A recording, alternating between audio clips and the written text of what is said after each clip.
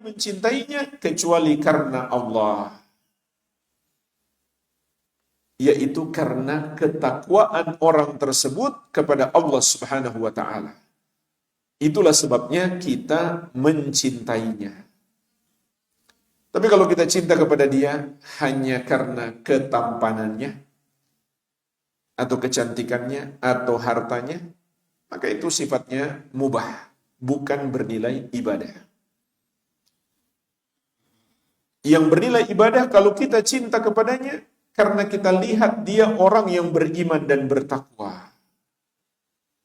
Itulah sebabnya para nabi dan rasul seluruhnya, begitu pula para malaikat, para sahabat, para umat Islam, para wali Allah, orang-orang soleh, harus kita cintai.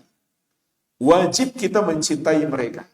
Mencintai mereka termasuk ibadah yang dengannya kita mendekatkan diri kepada Allah Subhanahu wa ta'ala. Dan ini ibadah yang mudah. Mencintai Allah juga ibadah yang mudah. Dalam satu hari full ini, kalau kita hadirkan di hati kita cinta kepada Allah, maka kita sedang beribadah. Begitu pula kita hadirkan di hati kita cinta kepada Nabi Muhammad SAW, maka kita sedang beribadah. Tetapi tentunya cinta kepada Allah dan Rasulnya harus dibuktikan dengan ittiba, peneladanan kepada Rasulullah sallallahu alaihi wa ala alihi wasallam. Begitu pula jika di hati kita ada cinta kepada saudara kita sesama muslim, maka kita sedang beribadah. Kalau kita hadirkan terus cinta ini di hati kita dalam sehari ini, maka sehari full malaikat mencatat kita sedang melakukan ibadah. Maka ini ibadah yang sangat mudah. Ini peluang atau pintu ibadah yang mungkin banyak orang tidak menyadari. Dapat pahala dengan cara yang sangat mudah. Cukup hadirkan di hati kita cinta kepada orang-orang yang beriman. Oleh karena itu, semakin kita lihat seseorang itu rajin beribadah, kuat ketakwaannya kepada Allah, maka cinta kita kepadanya pun harus semakin besar. Ini cinta yang bernilai ibadah.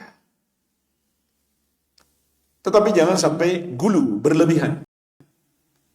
Sebagaimana yang dilakukan oleh orang-orang Syiah. Begitu pula orang-orang Sufi, tarekat tasawuf. Karena cinta kepada orang soleh, cinta kepada wali Allah, sampai gulu berlebihan.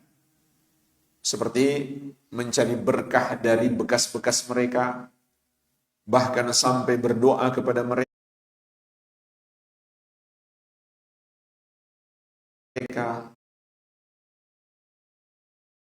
kesyirikan.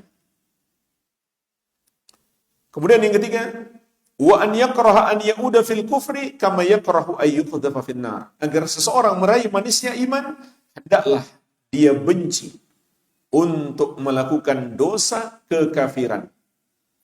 Sebagaimana dia benci kalau dirinya dilempar ke dalam api. Maksudnya, dia harus benci sebenci-bencinya.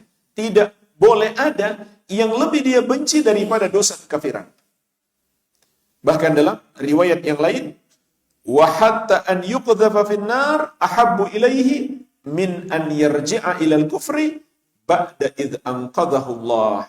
Hendaklah dilempar ke dalam api lebih dia sukai daripada melakukan dosa kekafiran setelah Allah Subhanahu wa taala memberikan hidayah kepadanya.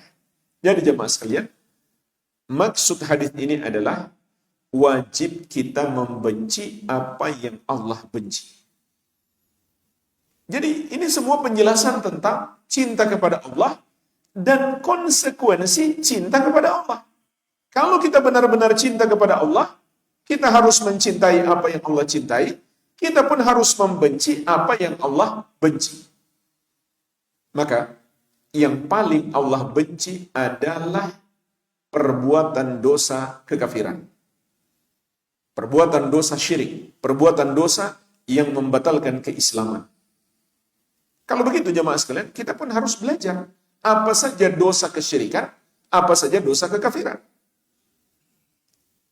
lalu kita hadirkan dalam hati kita kebencian terhadap perbuatan itu,